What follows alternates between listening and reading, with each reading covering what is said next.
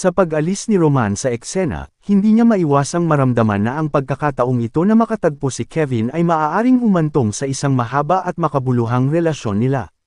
Lumipat sa ibang eksena kung saan bumabiyahe ang isang marangyang karwahe sa daan na tinatahak.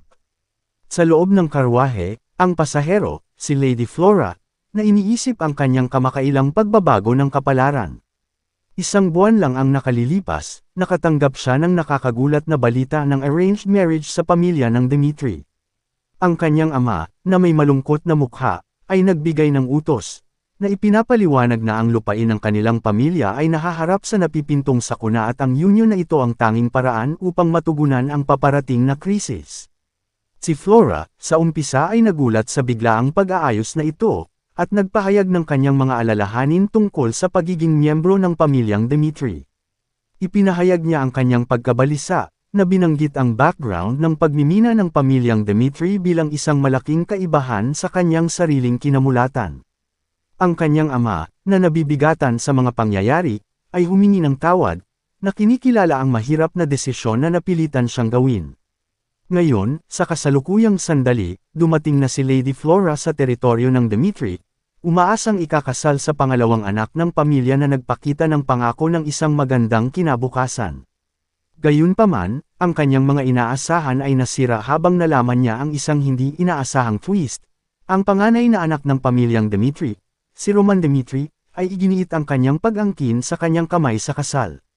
Si Roman, na karaniwang kilala bilang tagapagmana ng pamilya Dmitri, nakilala sa pamumuhay ng pagiging spoiled sa karangyaan. Habang naglalakad si Flora sa tabi niya, nagpasya siyang harapin siya tungkol sa sitwasyon, determinadong sasabihin ang kanyang pagtanggi. Pagharap sa kanya, nakiusap siya kay Roman na muling pag-isipan ang kasal. Bilang tugon, sinurpresa siya ni Roman sa pagsasabing wala siyang pag-aalinlangan sa kung ikakansela ang pag-iisang dibdib. At ito'y isang hindi inaasahan niyang pagtugon. Natigilan sa daloy ng mga pangyayari, nagtanong si Flora tungkol sa mga rason ni Roman sa isang walang sense na sinasabi. Kinukumpirma ni Roman ang kanyang tapat na salita na ipawalang bisa ang pag-iisang dibdib. Nilinaw niya na bilang sinasabing tagapagmana ng pamilyang Dmitri, wala siyang ambisyon o pagnanais na pumasok sa isang kasal sa kanya. Dahil sa kanyang katapatan, nalilito si Flora, na hindi maintindihan ang tunay na motibo sa likod ng mga aksyon ni Roman. Dahil sa pagpupersige ni Flora, nagpasya si Roman na ipaalam sa kanyang ama ang kanilang desisyon sa isa't isa. Nagulat si Flora, at sinabihan niya itong huminto. Tinanong siya ni Roman kung may problema. Sinabi ni Flora kay Roman na nabalitaan niya na mangyayari ang kasal na ito dahil sinabi ni Roman, na ang dating Roman ang tinutukoy, na gusto niya itong pakasalan, at ngayon ay handa siyang kanselahin ang kanilang kasal ng walang anumang kondisyon, kaya medyo nalilito siya. Tinanong siya ni Roman kung gusto niyang magpakasal sa kanya, at sinabi niyang hindi. Sinabi sa kanya ni Roman, kung gayon, huwag na tayong magdulot ng anumang problema sa isa't isa. Kaya ngayon ay magkasundo tayong dalawa na kanselahin ang kasal, at iyon lang ang kailangan dito, at sinabi pa sa kanya ni Roman na gagawin niya ang buong responsibilidad sa pagsira sa pag-iisang dibdib na ito. Nagulat si Flora sa narinig. Sinabi sa kanya ni Roman na lagi na siyang tinatawag na baliw sa pamilyang Dmitri, kaya hindi isang malaking problema na tawagin siyang divorce na lalaki. Nabigla si Flora sa narinig at hindi niya naintindihan kung ano ang ninanais ni Roman, at iniisip niya kung ganoon ba talaga siya kasinggit. Ang panganay na anak ng Dmitri, ay pumasok sa opisina ng kanyang ama at inihatid ang balita ng nasirang mangyayaring wedding sana, ang reaksyon ng kanyang ama ay malayo sa inaasahan ni Roman. Nakaharap sa matinding galit, pinarusahan siya ng ama ni Roman dahil sa paglagay sa kanila sa panganib sa isang kaayusan at may potensyal na itaas ang status ng pamilyang Dmitri bilang maharlika. Binigyang diin ng kanyang ama ang kahalagahan ng kasal at ipinahayag ang kanyang pagkabigo sa kawalan ng kakayahan ni Roman na gampanan kahit ang simpleng tungkuling ito bilang panganay na anak. Si Roman, na walang pag-aalinlangan, ay humihingi ng paumanhin, ngunit ang galit ng kanyang ama ay hindi nagpapakita ng mga palatandaan ng pagkaawa.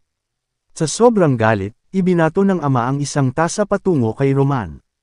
Ang tasa ay bahagya lamang tumama, ngunit nagpalabas ito ng dugo sa kanyang noo. Patuloy ang mga pangaral ng kanyang ama, na idiniin na ang kasal na ito ay nilalayon para magkaroon ng magandang kinabukasan para sa kanilang pamilya. Sa isang aktibo ng tunay na pagsisisi, humiling si Roman sa kanyang ama para sa kapatawaran, na nakikita ang malaking problema sa kanyang mga aksyon. Gayunpaman, hindi natitinag ang tugon ng kanyang ama. Ipinaalala niya kay Roman na ang pagpapakasal ay nagbibigay ng pagkakataon para kay Roman na pakasalan ng isang maharlikang babae na kanyang pinili, at sa gayon ay matupad ang kanyang mga obligasyon sa pamilya. Sa halip, ang pagsuwi ni Roman ay nagbigay ng panganib sa kanyang sariling kinabukasan. Bukod dito, ang kanyang ama ay nagpahayag ng kaalaman tungkol sa kamakailang pakikipaglaban ni Roman sa Blood Fangs, isang engkwentro na naiulat na natapos ang laban sa pagkapanalo ni Roman.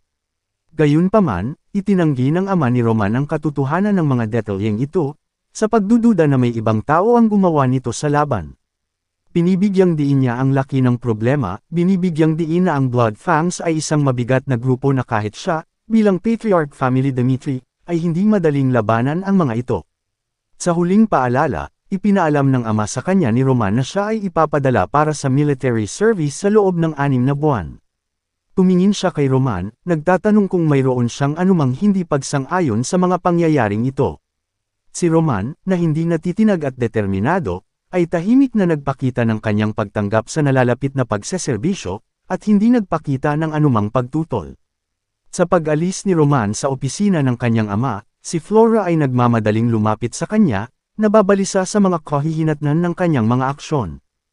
Pinayuhan siya sa pag-udyok sa Blood Fangs, isang grupo na kilalang-kilala sa kanilang kapangahasan at pananakot, na kahit pati na rin sa mga maharlika.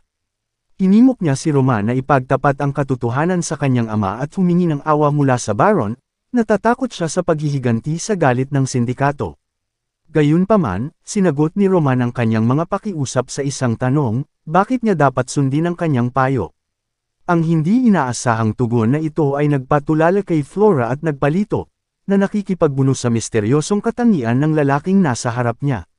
Sa mga oras bago ang kritikal na engkwentro sa pagitan ni Roman at Lady Flora, ang mga bagay-bagay sa pamilyang Dimitri ay lubos na naghahanda. Makikita natin si Roman sa kanyang sarili sa gitna ng pagsasaayos ng wardrobe, habang ang kanyang loyal butler, si Hans, ay naglalagay ng labis na dami ng pabango. Damang-dama ang discomfort ni Roman habang nadarama ang higpit ng kanyang kasuotan, gayunpaman, ang pagpipilit ni Hans sa pagiging perpekto niya ay nanatiling hindi natitinag, habang binibigyang diin niya ang kahalagahan ng pagpupulong na ito sa kanyang kasintahang si Lady Flora Lawrence. Ang isipan ni Roman ay tumatakbo sa mga pag-iisip tungkol sa patuloy na pagdami ng pagiging komplikado ng kanyang buhay sa mundong ito. Ang nalalapit na kasal at hindi inaasahang pamumuhay, ay tila isang karagdagang pasanin. Gayunpaman, magpapakita siya ng kawalang ingat at kawalang galang sa isang babae na hindi pa nagdudulot ng anumang problema sa kanyang buhay. Ang malumanay ngunit hindi natitinag na pagpupumilit ni Hans ay humantong kay Roman na sumunod sa kanyang payo. Inamin ni Roman na wala namang dahilan para bigyan ng walang galang ang isang babae na hindi nagdulot ng anumang problema sa kanya. Pero ang pangkalahatan, ang kanyang pangunahing layunin ay ikonsela ang kasalan na ito habang magdudulot siya ng kaunting pagkakasala. At ito ang una niyang plano. Habang lumipat ang eksena hanggang sa kasalukuyan, nakita ni Roman ang kanyang sarili na nakikipagtalo sa harap ni Lady Flora, isang pagtatalo na naghahayag ng kanyang pagiging mapagmataas. Nabigla sa mga sinasabi ni Roman, nakikinig si Lady Flora habang ipinapaliwanag ni Roman ang kanyang pananaw. Iginagalang ni Roman ang kanyang pag-unawa sa kanyang posisyon, at kinikilala na maaaring hindi niya naisip ang buong saklaw ng kanyang mga kalagayan noong umpisa niyang iminungkahi na putulin ang pag-iisang dibdib. Gayunpaman, binibigyang diin niya na wala siyang karapatan na makialam sa desisyon na ginawa niya ngayon. Pareho silang maghihiwalay ng landas, at aasikasuhin ang kanilang sariling mga gawain. Naiwang tulala si Lady Flora sa biglaang paghihiwalay na ito. Sinasalamin naman ni Roman ang kanyang naunang deklarasyon na ganapin ang responsibilidad sa pagsira ng engrandeng kasalan. Inilaan niya ang kasiguraduhang ito upang maiwasan ang anumang kasunod na mga talakayan o komplikasyon na may kaugnayan sa pagse-separate ng kanilang kasal.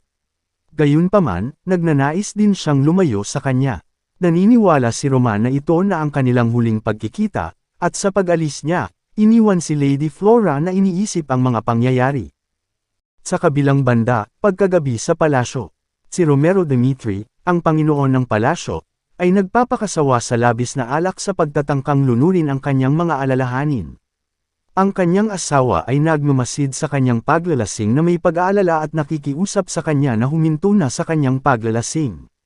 Nagtapat si Romero sa kanyang asawa, ikinwento ang pisikal na disiplina na ginawa niya kay Roman noong mga naunang taon nila bilang mga commoners na tao pa lamang. Ibinunyag ni Romero na matapos maging maharlika sila, nanumpa siyang hindi mauulit sa kanyang mga anak ang hirap na dinanas nila. Nakikita ng kanyang asawa na matagumpay na natupad ang pangakong ito sa buhay ng kanilang mga anak, kasama na si Roman. Gayunpaman, hindi pa rin siya sigurado kung paano pakikitunguhan si Roman, ang nag-iisang anak na nakaranas ng mga unang pagpapahirap sa kanya. Tiniyak ng kanyang asawa na huwag masyadong pasanin ang bigat ng pagsisisi sa kanyang sarili. Habang naaalala niya ang kanyang mga di maayos na pagdisiplina bilang isang magulang, binibigyang diin niya na sila lamang ang may kapangyarihang gabayan ang kanilang mga anak palayo sa anumang maling landas. Ipinaalala niya sa kanya, ang Romero Dimitri na kilala niya, ay isang ama na hindi papayag na maligaw ang sarili niyang anak sa hindi kanais-nais na mga teritoryo. Ang pag-uusap nila ay humaba at umabot sa isyu tungkol sa mga Blood Fangs, isang organisasyong kamakailan ay nilabanan ni Roman. Dahil sa pagiging mapagmataas ni Roman, at sa kanyang mapusok na deklarasyon na kakalabanin niya ang Blood Fangs ng mag-isa. Ang kanyang ina ay nag-aalala tungkol sa mga kahihinatnan ng pag-alis niya ng walang kasama o suporta.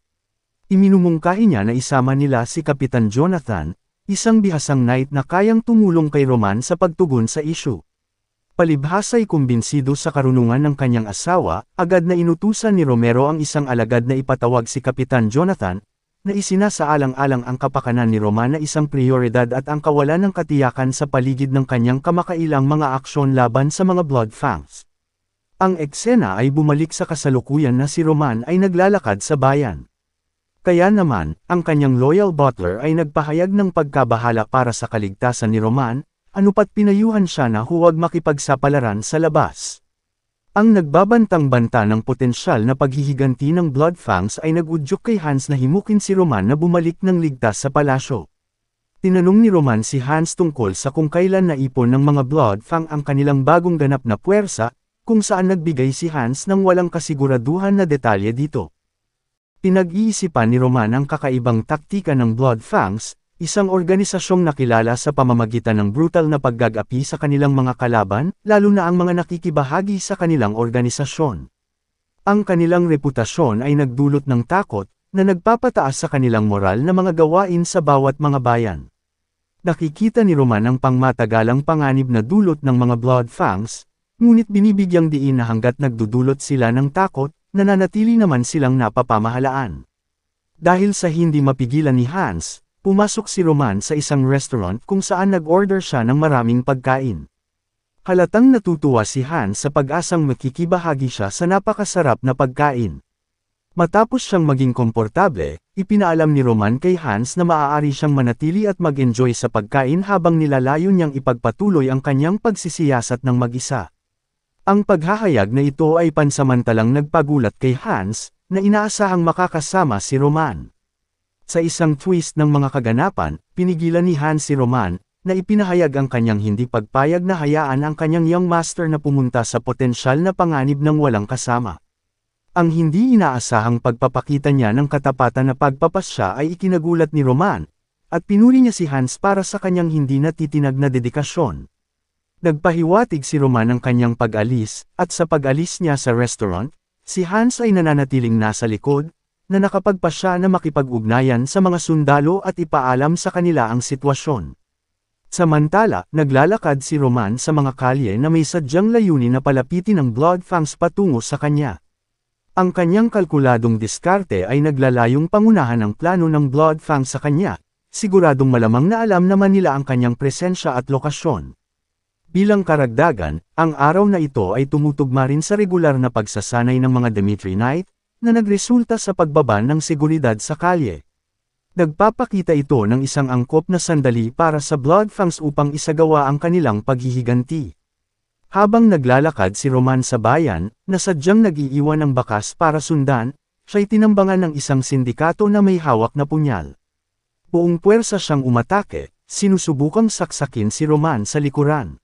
Pagkatapos ay lumipat ang eksena sa mga sundalo, kung saan ang kanilang kapitan na si Jonathan ay nakipag-usap sa butler ni Roman at ipinaalam sa kanya na kailangan nilang pumunta at hanapin kaagad si Roman dahil nag-iisa siyang lalaban sa mga Blood Fangs.